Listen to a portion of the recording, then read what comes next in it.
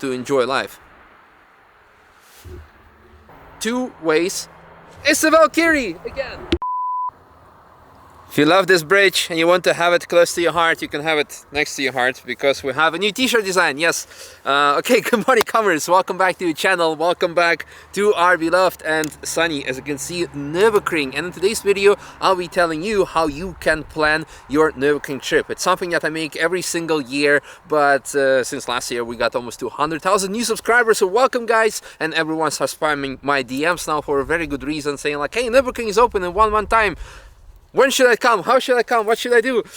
So yeah, today I'm gonna tell you all of it, but as mentioned first, we have a new shirt with my favorite car, 996 GT3, approaching the Bürstein Bridge, and you can buy it in the link in the video description, and by using code Misha10 you get 10% off.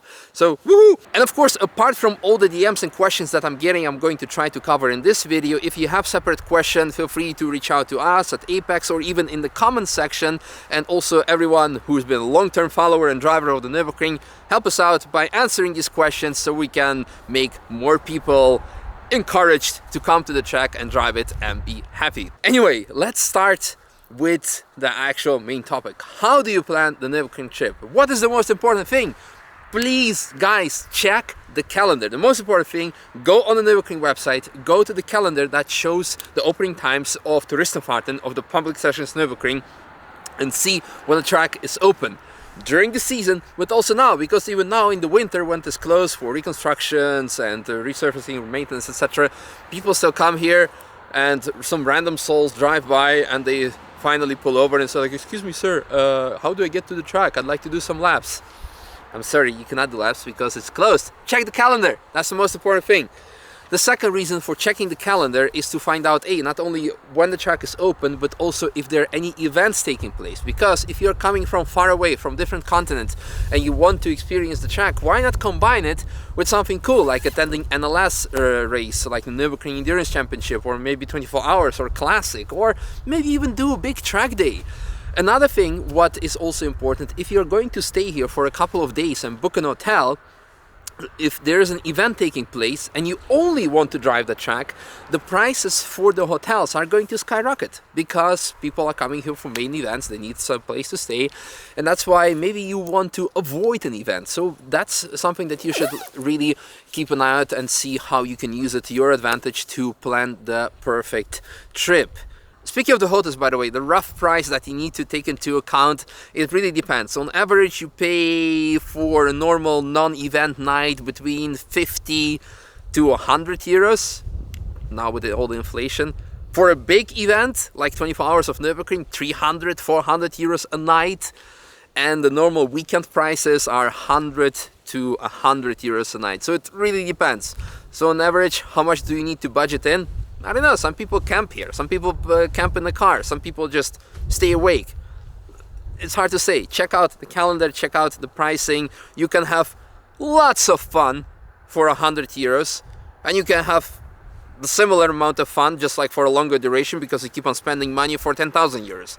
Everything is possible, and you can see that it depends on your own standards and how much you know how to enjoy life. Two small lens, you probably cannot see, but someone is launching a drone. It's not us because Adrian is currently filming, so who are you? What are you doing? Why are you spying on us? Speaking of the drone, however, camera, some people might ask like, hey Misha, do I need a media license to film on the Nürburgring? No, if you're a private person, put your camera inside the car and you're going to use it for your own, like you're not having like a big YouTube channel or you're not advertising something. It's okay just to have fun and that's it. But if you are like actually like big YouTuber or something, it's good to play by the rules and apply for a media license, and that's kind of it. So don't worry about it, just take the camera inside and no outside cameras.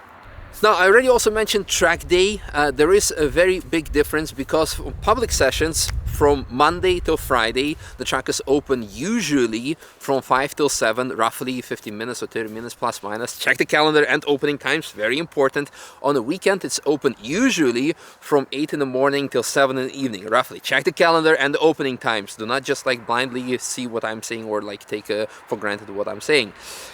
In addition, you can drive also a track day. During a public session, you just buy 1 lap or 2 laps or 3 laps or 4 laps. You pay per lap 30 euros Monday till Thursday, and Friday till Sunday you pay 35 euros. If you buy more, you get a discount and you can do multiple laps. On a track day, you pay for a full day. So from 8 in the morning usually until roughly 4:15, you pay roughly, depending on the type of track day, between 800, 900 euros, even more if it's some sort of exclusive track day with less slots, so a bit more exclusive. It depends. Can you do a track day as a beginner? No big deal, you can. But I would recommend, if you can just come here and do a couple of laps, just stick to public sessions and do them. When should you come the best to make the best of it? When is the best weather? Well, right now, as you can see, we have lots of sun. Adrian can confirm that somewhere in May this year we had snow and hail. Can happen. In June and July we can also have cold days, rainy days. We can have summer days right now in winter. Impossible to predict. When is the best weather that I should come visit your hometown? We can think that, of course, somewhere in the summer it's going to be sunny, but hard to say. When is going to be the most busy or less busy because you want to do the least busy laps? Well, at the same, me asking you, your favorite restaurant in your hometown, when is going to be least busy there? And when is the best chef is going to be there? Hard to predict. The rule of the thumb, roughly, is if you can come here for the weekend, in the morning at 8 o'clock, usually majority of people are still asleep. So you can either do like the first couple of laps, be the first one out there on the track, then it's going to be less busy than it's going to be during like 12 or 1 o'clock. The same goes towards the evening. The last hour of the track in the weekend is usually less busy. If you come here during the weeknight, so like I said, Monday till Friday, the track is open for 2 hours, between 5 and 7. If you're coming from far away, US, Australia, Asia, I don't know, and it's going to be your once-in-a-lifetime experience, and you say, like, I always wanted to go to the Nürburgring, I want to experience it at no matter what, and now I finally have the opportunity. Try to come for the weekend for the longer opening hours. Why? Don't make it just like a quick stop unless you're here for a business trip and you decide to sneak out from your business meeting to come to the Nürburgring. That's a different story. But if you come here specifically to drive in the evening session, it can, most of the times, it go well. But sometimes very bad crash occurs on the very first lap, and then the track remains closed for the rest of the evening, and that's it. And then you have to fly way back and you didn't manage to do anything because you were too long busy with strapping yourself into the car and figuring out how the mirrors system works, etc, etc. So that's just the general thing. Try to come for the weekend if you're from far away, do TF, and check the calendar. Most important things. Now, speaking of the car, as mentioned, there are 2 ways. It's the Valkyrie again. It's too fast. It's too fast. It's too fast. The Aston Martin team is doing lots of AMR deliveries right now and calibration, so we're trying to hunt it for the last couple of days. Getting sidetracked here. As mentioned, now coming on, you planned your trip, now you're gonna come over. There are 2 ways of experiencing the Nürburgring. Way number 1, you have your own car. Then you're probably not even watching this video because you already know what's happening and how it works. You only need to know where to buy a ticket, how to buy a ticket, how to go on track. I will still tell you that it might be a good idea to rent a car. Why? We'll come back in a second. First of all, how do you get here from a different continent? Airplane only. Different types of airports from different locations. The ideal one is Frankfurt International because it has the most connections. Then possibly Düsseldorf International, then possibly Cologne Bonn, and then somewhere surrounding areas such as Frankfurt Hahn, etc, etc. Whatever you do, always rent a car there, the airport rental, to travel here, because taxis way too expensive, public transport simply non-existent. The nearest train station is 1 hour away because the other one got flushed away two years ago with the floods, and the taxi prices are you end up paying 150 to 200 euros for one-way taxi trip, whereas a rental car would cost you 50 euros a day, 60 euros, between 50 to 100 euros. And then a very important point, you might say okay, I'm gonna get the airport rental and just gonna take that on the track and eat it. First of all, I know for a fact that Sixt, the world's largest company, I think, for the rental cars, have actual people sitting in their office looking at racetracker pictures, the pictures from photographers, to making sure that their cars is not on track. And if they are, they're gonna sue you for negligence of the contract and for all the extra wear and tear, etc, etc. If you're gonna end up crashing the car, it's gonna be even worse. So do not do it. And I know some of you gonna say like, but my uncle back in the days, or even myself, we did it, nothing happened. Yeah, for sure. I also watch YouTube videos of people jumping over volcanoes and driving the track very fast, and it goes well, but then you try to do yourself and maybe it's not gonna go too well, you know? Why take the unnecessary risk? So do not take the airport rentals out on track. And then we come to the point of renting the track. And as mentioned, you might have your own car, maybe even then you still want to rent a car. Why? Because a rental car is probably prepared better than your own car.